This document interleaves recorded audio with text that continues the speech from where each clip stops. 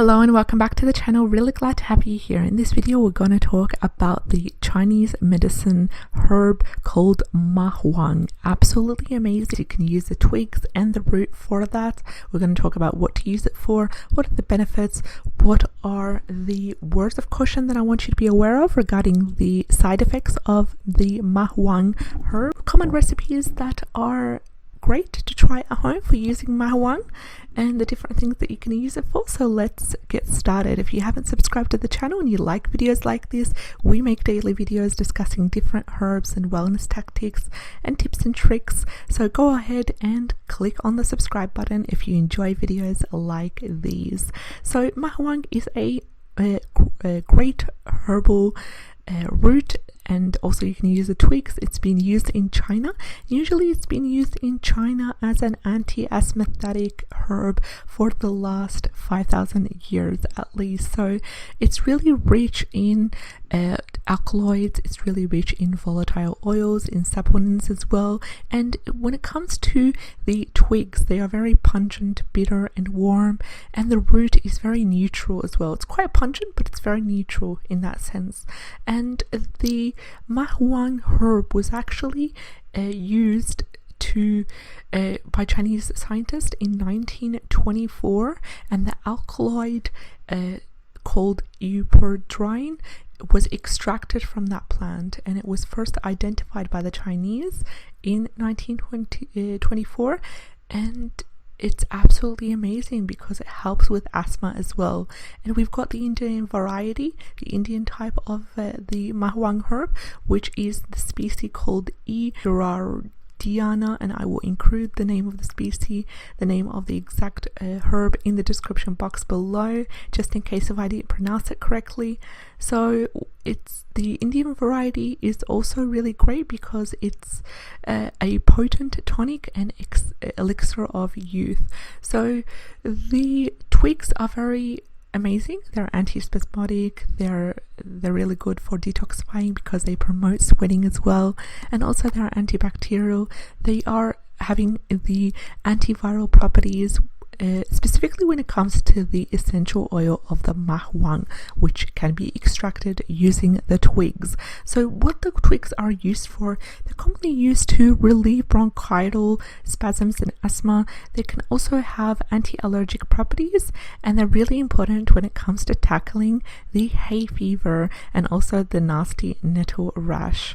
So in China, they also use it for specifically the colds and flus, and also they use it for headaches, aches and pains, general aches and pains, and also a chesty cough as well. So this is the uses of the twigs of the Mahwang herb. Now, about the root of the Mahwang herb is used for night sweats, and it's really amazing because it's generally helps with excessive sweating, and in traditional Chinese medicine it's also been used to help with the yin deficiency, and it helps with that as well.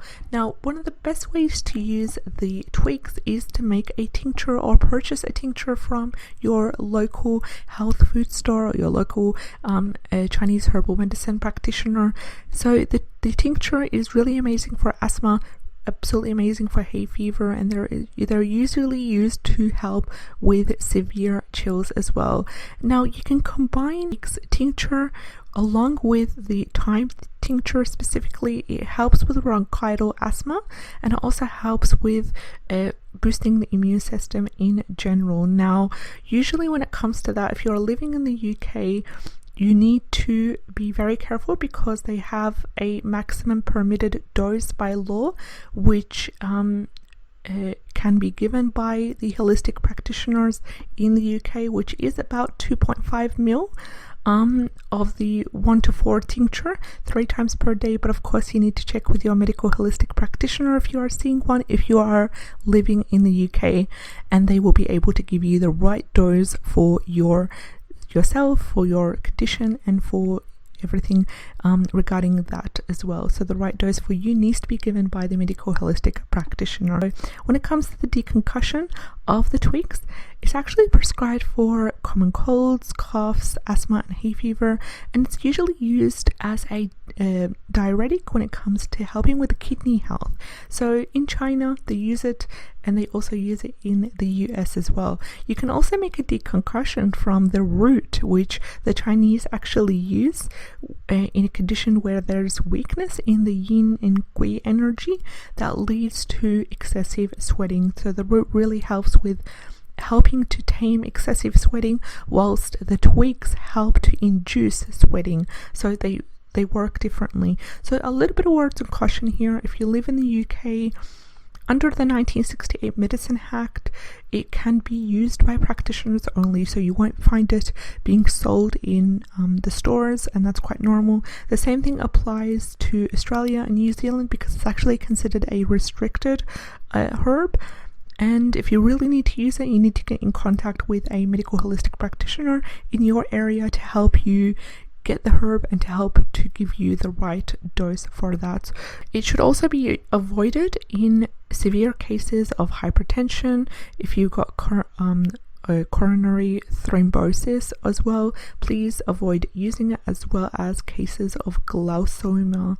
And it cannot be used by patients taking MAO inhibitors. If you are using any sort of holistic herbal remedy, if you are using any sort of essential oil, please make sure you consult your medical practitioner as well as your holistic practitioner as well if you want to go ahead and use